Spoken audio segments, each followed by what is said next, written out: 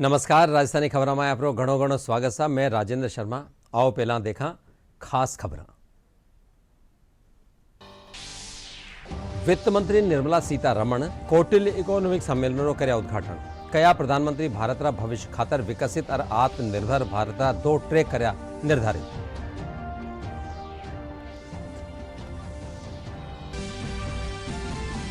भारतीय थलसेना अध्यक्ष जनरल उपेंद्र द्विवेदी श्रीगंगानगर घड़साना सेक्टर में सीमावर्ती क्षेत्रों कर्या दौरा। वर्तमान सुरक्षा व्यवस्थाओं लीना जायजो। ऑपरेशन सिंदूर उत्कृष्ट योगदान खातर अधिकारी और जवानों ने कर्या सम्मानित।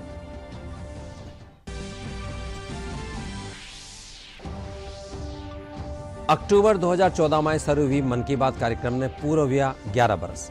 रेडियो प्रसारण तौर माथे शुरू हुई मन की बात कार्यक्रम बन्यो जन आंदोलन।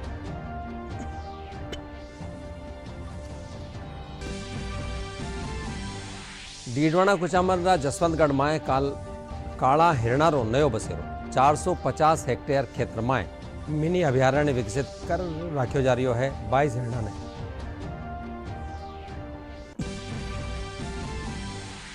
अरब प्रदेश मौसम में आया अचानक बदलाव। चालता कई जिला में हुई तेज बारिश।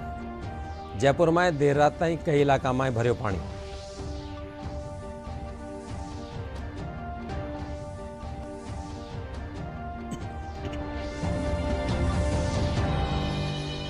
अरे अब खबर विगतवार। वित्त मंत्री निर्मला सीतारमण आज आर्थिक विकास संस्थान कानीसु आयोजित चौथा कौटिल्य इकोनॉमिक सम्मेलन रो उद्घाटन कर्या। 5 अक्टूबर तक आयोजित होबावाला इन सम्मेलन रो विषय अशांत समय में समृद्धि तलाश है। वे कहा कि प्रधानमंत्री आबावाला टेम में भारत भविष्य खातर 2 ट्रैक निर्धारित कर्या है।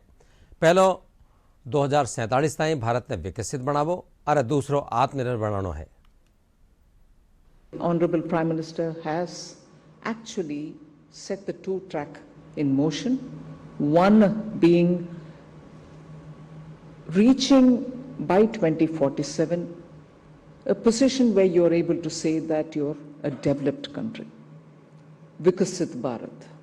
If that is one of the track, the other track is how do you reach that unless you are Atmanirbhar, unless you're self-reliant.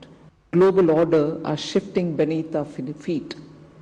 The world that emerged after the end of the Cold War, which led to the expansion of globalization, open markets, pursuit of multilateral cooperation, now appears to be a relic of the past. For 3 decades, a contested equilibrium allowed nations to pursue prosperity through integration and interdependence. भारतीय थलसेना अध्यक्ष general Upendra Dwivedi Sriganganagar Gharsana sector में अग्रिम क्षेत्रारो दौरो कर्या। दौरा रे दौरान सेना अधिकारी सेना अध्यक्ष ने वर्तमान सुरक्षा परिदृश्य बारा में अवगत कराया। वठी वे अग्रिम रक्षा व्यवस्था मारो जायजो भी लीना। इन दौरान वे अग्रिम क्षेत्र में तैनात अधिकारी सैनिक और सीमा सुरक्षा बल जवाना सु संवाद भी कर्या। इन मौका माथे वे तैयारियां की प्रशंसा कीना। इन मौके माथे एक आयोजित कार्यक्रम में ऑपरेशन सिंदूर 1 में बढ़िया योगदान खातर बीएसएफ 140वीं battalion commandant Prabhakar Singh, Rajputana rifles major Ritesh Kumar और हवलदार मोहित गेरारो सम्मान कर्या। मीडिया से बातचीत में थलसेना अध्यक्ष कहा कि ऑपरेशन सिंदूर पाकिस्तान कई आतंकी ठिकाना ने ध्वस्त करो गयो। भारत की कार्रवाई में कई आतंकवादी भी मारा गया। हर आम नागरिक से लेके हर यहाँ पे जो हमारे नुमाइंदे मेरे भाई, सबसे पहले तो मैं तीनों सेनाओं को और पूरे देश को इसकी मुबारकबाद देना चाहूँगा कि ऑपरेशन सिंदूर एक सफल ऑपरेशन रहा जिसमें पाकिस्तान को मुंह की खानी पड़ी। इसमें आप देखेंगे कि पहली बार था जब ऑपरेशन सिंदूर एक नाम के तहत पूरे देश ने एक साथ काम किया। सबसे बड़ी बात इसमें ये रही कि हमने सबसे पहले टेररिस्ट टारगेट आइडेंटिफाई किए और सिर्फ हमारा काम ये था कि सिर्फ हम टेररिस्ट को नुकसान पहुंचाना चाहते थे, उनके आका को नुकसान पहुंचाना चाहते थे। हमें पाकिस्तानी आम नागरिक से कोई किसी प्रकार की शिकायत नहीं है जब तक उनका देश टेररिस्ट को स्पॉन्सर नहीं करता। क्योंकि टेररिस्ट स्पॉन्सर किए गए थे इसलिए हमने टेररिस्ट टारगेट डिस्ट्रॉय किया। उसके बाद जहां भी पाकिस्तान ने कोई हरकत की जो हमें लगा कि उसमें हमें जवाबी कार्रवाई करनी है, हमने उनको मुंहतोड़ जवाबी कार्रवाई की। इसीलिए 10 तारीख को सवेरे उन्होंने अपने घुटने टेक दिए और बोला कि अभी हमें शांति चाहिए। अक्टूबर 2014 में शुरू हुआ मन की बात कार्यक्रम ने 11 बरस पूरा हो चुका है। आ कार्यक्रम पीएम और देशवासियों के बीच सीधा संवाद रो सशक्त मंच साबित हुआ। ग्रामीण विकास और सामाजिक मुद्दा से लेर गुमनाम नायका की कहानियां तई इन कार्यक्रम रा विषय रह चुका है। अरे इतना ही नहीं, रेडियो प्रसारण रा तौर माथे शुरू हुआ आ कार्यक्रम अब एक जन आंदोलन बन चुका है। देखिए डीडी न्यूज री या खास रिपोर्ट।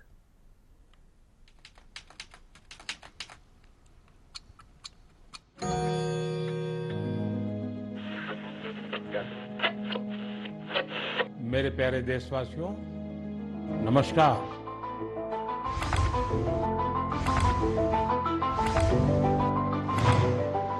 प्रधानमंत्री का मासिक रेडियो कार्यक्रम मन की बात अक्टूबर 2014 में शुरू हुआ था। ये कार्यक्रम बीते 11 वर्ष में पीएम और देशवासियों के बीच सीधे संवाद का सशक्त मंच साबित हुआ है। बेंगलुरु से सिस्टर सुरेखा जी भी जुड़ी हुई है। I am really proud and honored, sir, to speak to Prime Minister of our country. Dinesh ji नमस्कार। सर जी प्रणाम। विजयदशमी के पवित्र अवसर पर शुरू हुई इस यात्रा ने करोड़ों लोगों के जीवन को छुआ है। इसके हर अंक में देशवासी ग्रामीण विकास और सामाजिक सुधारों की प्रेरणादायक कहानियों से रूबरू हुए। कितने ही गुमनाम नायकों के प्रयास जन जन तक पहुँचे। बीते 11 वर्षों में मन की बात आकाशवाणी और दूरदर्शन का वो प्रसारण बना है जिसने समाज में हो रहे सकारात्मक सामूहिक प्रयासों को अभूतपूर्व मंच दिया। देश की बेटियां हर जगह अपना परचम लहरा रही है। दिलना और रूपा, आपसे मैं जानना चाहूंगा कि आपकी जो सागर परिक्रमा में आपका एक्सपीरियंस देश सुनना चाहता है। मेमोरेबल मोमेंट में बोलना चाहती हूँ सर कि हमने भारत की झंडा पॉइंट नीमो पर लहराया सर। मन की बात अब एक जन आंदोलन बन चुका है। स्वच्छ भारत, वोकल फॉर लोकल या फिर हर घर तिरंगा अभियान। मन की बात के मंच से पीएम ने जब जब आह्वान किया, इन अभियानों को नया विस्तार, नई ऊर्जा मिली।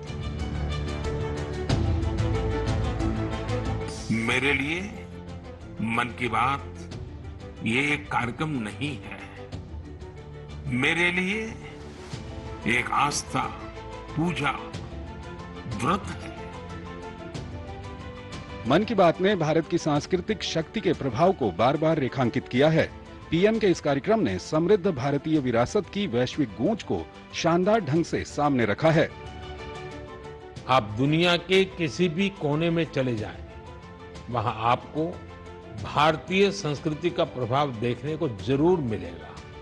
और ये प्रभाव केवल दुनिया के बड़े शहरों तक सीमित नहीं है, बल्कि इसे छोटे छोटे शहरों में भी देखा जा सकता है। इटली के एक छोटे से शहर कैंप रोतोंडो में ऐसा ही देखने को मिला है। यहाँ महर्षि वाल्मीकि जी की प्रतिमा का अनावरण किया गया।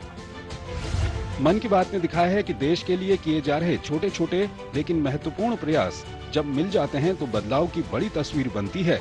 बीते 11 वर्ष में मन की बात के माध्यम से पीएम ने हर देशवासी के मन में इसी भावना को मजबूत करने का प्रयास किया है। Bureau report, DD news. Rajasthan में राष्ट्रीय नाई महासभा कानीसू राज्य स्तरीय प्रतिभा और भामाशाह सम्मान समारोह आयोजित करो गयो। कार्यक्रम में मुख्य अतिथि लोकसभा अध्यक्ष ओम बिरला कहा कि प्रधानमंत्री नरेंद्र मोदी की अगुवाई में देश आत्मनिर्भर बनवा कानीसू अग्रसर है। वे समाज रा युवा मारो आह्वान करता था कहा कि अच्छी शिक्षा और संस्कार के साथ ही आगे बढ़िया।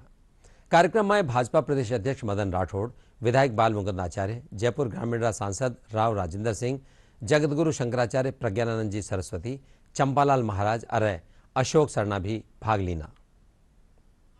और कल्याण साहित्य के कर कमलों से जोरदार तालियां। समाज के अंतिम व्यक्ति के कल्याण, उनकी त्याग, समर्पण, सेवा आज भी सेन समाज के संस्कार विचारों के अंदर है। और इन्हीं संस्कार, इन्हीं विचारों से सेन समाज इस देश के अंदर लंबे समय से संपूर्ण समाज की सेवा और पुनीत कार्य कर रहा है। जिस समर्पण से, जिस त्याग से भारतीय आध्यात्मिक संस्कृति को संत शिरोमणि सेन महाराज जी ने पहुंचाया, उसी तरीके से सेन समाज भी इतने वर्षों बाद भी उनके संस्कार, उनके कार्य, उनकी सेवा, समर्पण आज भी उसी तरीके की समाज में सेवा करते हैं। एक कर्मशील समाज है जो कर्म में विश्वास करता है, जो कठोर परिश्रम करता है, मेहनत करता है और विशेष रूप से मेहनत करने के साथ हमारी दक्षता कला भी अद्भुत है। और उसी दक्षता कला के कारण आज संपूर्ण देश के अंदर ये आपकी दक्ष कला है कि आज कई समाजों के अंदर आपकी दक्ष कला के कारण लोगों को रोजगार मिल रहा है। विधि प्रणिपातेन प्रणत होते हैं, प्रश्न करते हैं और वहां से हम समाधान प्राप्त करते हैं। हम उस परंपरा को प्राप्त हैं जो सदगुरु को प्राप्त करने वाली है, सदगुरु के माध्यम से ब्रह्म तत्व को प्राप्त करने वाली है। तो आप लोगों को इस बात को हमेशा स्मरण रखना है, आप भी ऐसे परम पावन सदगुरु के आप कौन हैं? वरद पुत्र हैं। वात्सल्य में जो सेन महाराज थे, सेन जी महाराज के आप पुत्र हैं। इस बात को आपको नहीं भूलना है। ये सेन जी महाराज वो हैं जो जगत गुरु रामानंदाचार्य जी महाराज के एक वरिष्ठ शिष्य थे, जिन्होंने सेन समाज को नहीं, संत किसी समाज का नहीं होता, ध्यान रखना, संत संपूर्ण विश्व का वसुधा का होता है। विधानसभा पहली अध्यक्ष गिरिराज प्रसाद तिवारी रो बीती रात निधन वे गयो। वे 105 बरस रहा। वारा निधन री खबर सु राजनीति गलियारा माए शोक रो माहौल है। वे 1972 से 1977 ताई बयाना विधानसभा क्षेत्र सु विधायक रिया। पछे 1985 से 1990 ताई भरतपुर विधानसभा क्षेत्र सु भी विधायक रहे बारे साथ ही विधानसभा अध्यक्ष भी रिया। इन बीच वे प्रधान और जिला प्रमुख पद माथे भी रिया। वारा निधन माथे मुख्यमंत्री भजनलाल शर्मा बयानारा बिडियारी गांव पूंगर श्रद्धांजलि दीनी। पहलीरा मुख्यमंत्री अशोक गहलोत, वसुंधरा राजे समेत कई राजनेता तिवारी ने शोक संवेदना दीना। राजस्थान विश्वविद्यालय में RSS रा कार्यक्रम ने लेर विपक्ष रा नेता विरोध जता रहा है। वठे अब राजस्थान विश्वविद्यालय रा प्रशासनिक अधिकारी राजनीतिवश यूनिवर्सिटी की छवि धूमिल नहीं करवारो आह्वान भी कराया है। राजस्थान विश्वविद्यालय chief protect professor Ramnarayan Sharma कहा कि 30 सितंबर ने अवकाश रे दिन शस्त्र पूजन रो आयोजन करो गयो, जिनकी अनुमति राजस्थान विश्वविद्यालय पूरी प्रक्रिया से लीनी ही। राजस्थान विश्वविद्यालय में सगड़ा तरह संगठन और पार्टी विचारधारा से जुड़े कार्यकर्ता वेरिया हो, पण इन तरह से कदे भी राजस्थान विश्वविद्यालय की छवि धूमिल करवारो काम कोई भी नहीं करो है। विश्वविद्यालय में 30 सितंबर को विजयदशमी के उपलक्ष्य में कार्यक्रम किया गया। वो राजस्थान विश्वविद्यालय के विद्यार्थियों द्वारा किया गया था। विद्यार्थियों ने परमिशन ली है और साथ ही उन्होंने शुल्क भी मांगा है। देखिए क्या है कि इस तरह का अवकाश का दिन था, ऐसे में कहीं अध्ययन प्रभावित नहीं हुआ।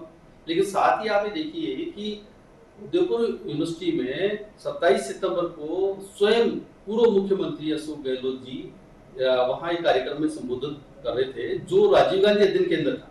ऐसे में इस तरह की स्थिति में एक तरफ आप एक संगठन को परमिशन दे रहे हैं, दूसरे संगठन के लिए आप विरोध कर रहे हैं। इसमें राजस्थान विश्वविद्यालय का प्रशासन का कोई योगदान नहीं है। विद्यार्थियों का कार्यक्रम था, विद्यार्थियों ने किया है और जो भी घटनाक्रम है उसके अंदर विश्वविद्यालय सम्मिलित नहीं है। तो हम ये चाहते हैं कि कोई भी पॉलिटिकल पार्टी राजस्थान विश्वविद्यालय की छवि है वो धूमिल नहीं करे और इस तरह के इसको पॉलिटिकल एजेंडा नहीं बनाया जाए। सीकर जिलारी दांतारामगढ़ तहसील रा बाएं गांव में अनोखा ढंग से दशहरो मनायो जावे है। अठे रावण रा पुतला दहन नहीं करो जावे, बल्कि राम और रावण री सेना रे बीच घंटा ताई घमासान युद्ध होवे है।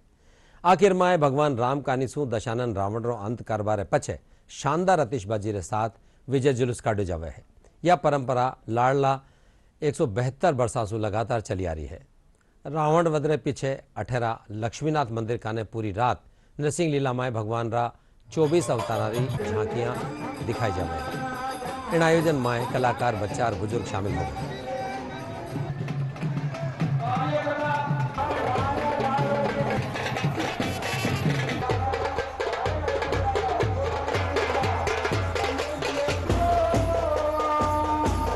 भारतीय एकता, अखंडता, धार्मिक सहिष्णुता और सद्भावना का, सामाजिक समरसता का ये राष्ट्रीय प्रतीक के रूप में बाई ग्राम का ऐतिहासिक दशहरा मेला विजयदशमी महोत्सव की हम इस ग्राम बाई तहसील दांतारामगढ़ में 172वीं वर्ष गांठ आज हम मना रहे हैं। जिस प्रकार से आज अनुपम अनोखा वातावरण अपन को दिख रहा है कि हजारों की संख्या में ये 2 दिवसीय कार्यक्रम के तहत अभी जैसे राम रावण का भी वध हुआ है और विजय जुलूस की तैयारियां हो रही है। बड़ा ही उल्लास और हर्ष का विषय है। मैं राम का पात्र करता हूँ।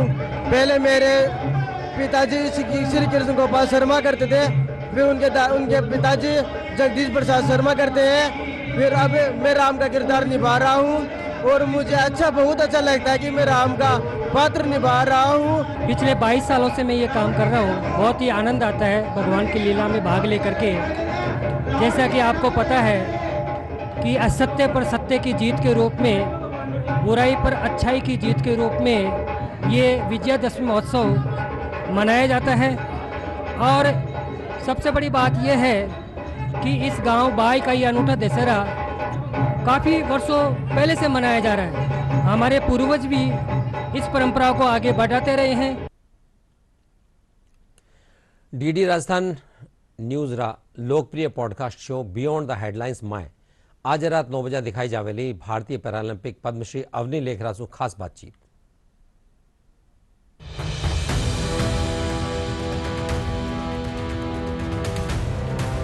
आज हमारे पॉडकास्ट पर मौजूद हैं अवनी लेखरा। लाइफ में एक हादसा जो टर्निंग पॉइंट आपके लिए बना। After the accident life completely changed. बिल्कुल नॉर्मल हो चल रहे हो एंड देन अगले दिन you can't even move your legs। आपको कैसे महसूस हुआ कि ये निशानेबाजी जो है बहुत अच्छी चल पड़ी है? एज अ करियर बहुत सीरियस तो मैं शायद अपने फर्स्ट इंटरनेशनल मैच के बाद में हुई। आपके ऊपर प्रेशर था, एक बार आपने प्रूव कर दिया, आप दूसरी बार फिर से अपने आप को प्रूव करना। उसका ये होता है कि ये मेंटेन ही करना है और उसका बेयर मिनिमम ही गोल्ड होता है। खेलों में बूस्टअप मिलने लगा है, कुछ गवर्नमेंट की तरफ से भी सपोर्ट काफी मिलने लगा। Tokyo was a turning point और उसके बाद से काफी एथलीट्स अलग अलग स्पोर्ट्स में मतलब काफी पैरा एथलीट्स आए। एक खिलाड़ी के लिए मेहनत के साथ साथ में भाग्य का कितना बड़ा रोल आपने दिखा है? डेफिनेटली आई थिंक दोनों ही बहुत इम्पोर्टेंट होते हैं। पढ़ाई के लिए वक्त निकाल पाती हैं आप? बट यूजुअली एग्जाम्स के टाइम पे ही हो पाता है अभी तो। मूवीज पसंद आती हैं या फिर नॉवेल्स पढ़ना? मुझे दोनों ही पसंद है।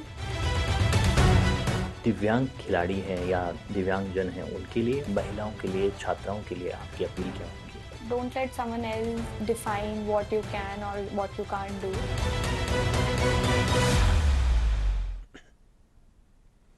बरस 1995 में कोलकाता से मोबाइल की शुरुआत रे साथ ही देश में डिजिटल युग शुरू हुई।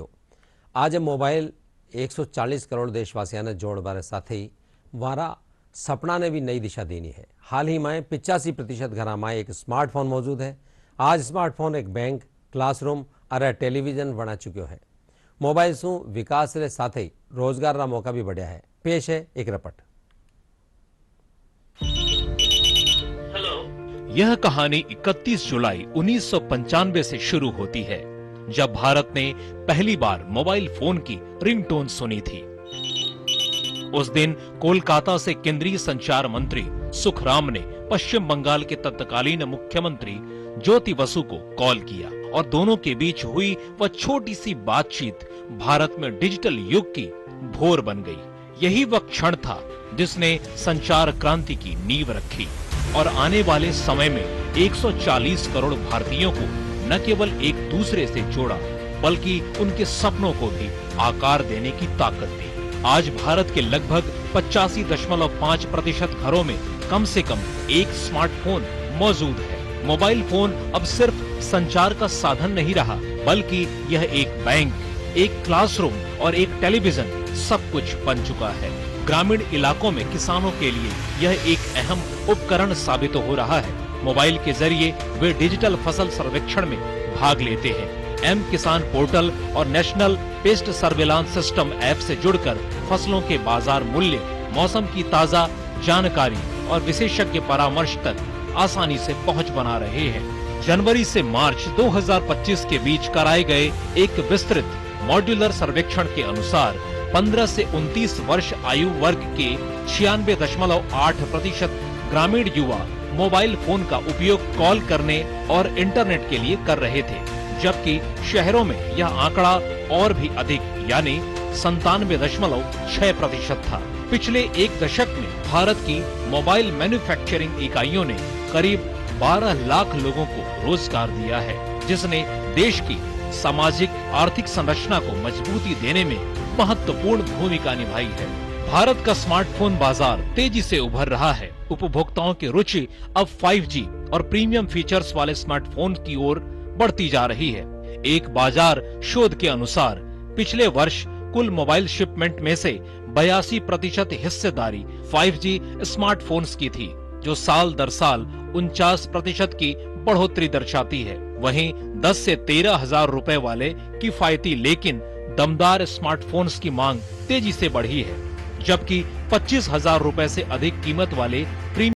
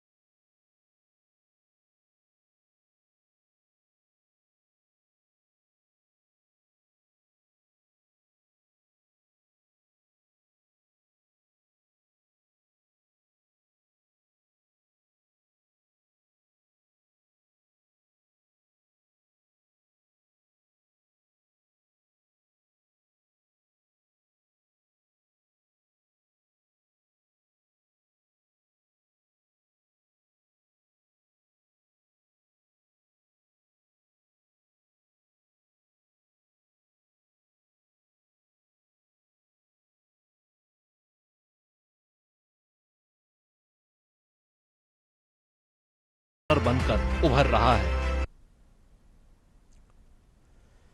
डीडवाना कुचामन जिल्लारा जसवंतगढ़ काला हिरणारो नुओ बसेरो बनायो गयो है। 450 हेक्टेयर खेतर में मिनी अभयारण्य विकसित करो गयो है। इन अभयारण्य में ताल छापर 22 ब्लैक बक ने लियायो गयो है। इन खातर अठे घास, पानी और अनुकूल वातावरण तैयार करो गयो है। जिला कलेक्टर महेंद्र खड़गावत बताया कि जसवंतगढ़ में इन मिनी अभयारण्य विकास होवासू अठे पर्यटन ने अलग पिछाण मिलेली।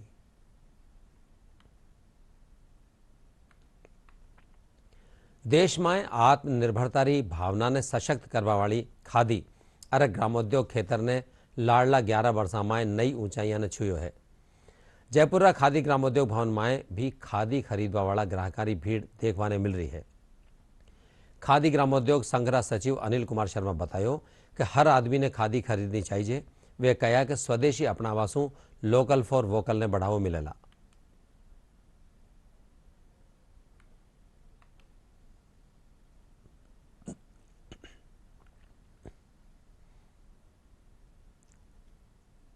मोदी जी वैसे तो हमारे ब्रांड एम्बेसडर शुरू से ही महात्मा गांधी रहे हैं खादी के, और अब पिछले 10-12 सालों से मोदी जी ने खादी को काफ़ी बढ़ावा दिया है। हमारे लोकप्रिय प्रधानमंत्री मोदी जी ने आपके मन की बात में भी ये कहा कि हर आदमी को, हर व्यक्तित्व को, हर हिंदुस्तानी को खादी के वस्त्र खरीदने चाहिए, क्योंकि खादी खरीदने से स्वदेशी को बढ़ावा मिलता है। स्वदेशी जब तक नहीं अपनाएंगे, जब तक देश में रोज़गार की कमी रहेगी। खादी जो है ग्रामीण रोज़गार का एक प्रबल संबल है, जहाँ कत्ते बुनकर कामगार अपने घरों में बैठकर अपने हाथों से इस काम को करते हैं, जिससे उनको रोज़गार मिलता है, उन्हीं से उनकी रोटी रोजी चलती है। इसलिए मेरा भी सभी से निवेदन है कि ज़्यादा से ज़्यादा हमारे भंडारों पर आए और खादी खरीद की जाए। प्रदेश मौसम में आया अचानक बदलाव रे चलता कई जिला में तेज बारिश हुई। इन दौरान जयपुर में शाम ने कई इलाका में तेज हवाओं रे साथ ही जोरदार बिरखा भी। इनसू सड़का माथे पानी भर गयो। बारिश रो दौर रुक रुक कर देर रात ताई चालतो रह्यो। इनके अलावा करौली, अलवर, धौलपुर अरे भरतपुर समेत कई ठोरा में भी बारिश हुई। मौसम विभाग रे मुजब 6 अक्टूबर तक बारिश रो दौर जारी रहेला। इन दौरान बीकानेर और जोधपुर संभाग में बिरखा होबारी संभावना जताई गई है। अरे अब खास खबर एक बार फेरू। वित्त मंत्री निर्मला सीतारमण कौटिल्य इकोनॉमिक सम्मेलन रा कर्या उद्घाटन। कया प्रधानमंत्री भारत रा भविष्य खातर विकसित और आत्मनिर्भर भारत रा 2 ट्रैक कर्या निर्धारित।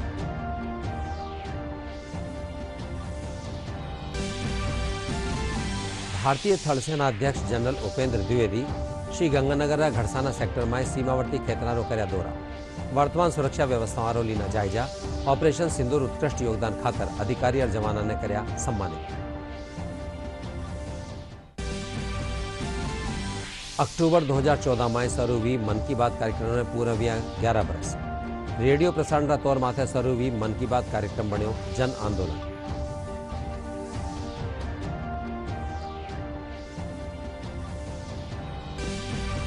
डीडवाना कुचामनरा जसवंतगढ़ में काला हिरनारो नयो बसेरो। 450 हेक्टेयर खेतर में मिनी अभयारण्य विकसित कर राख्यो जा रह्यो है 22 हिरणा ने।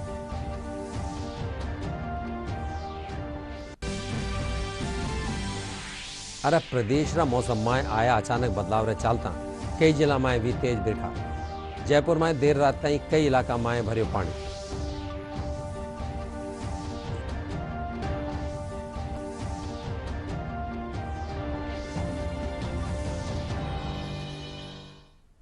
इंडिया साखी राजधानी खबरारो आ बुलेटिन पूरो हुयो सा। नमस्कार।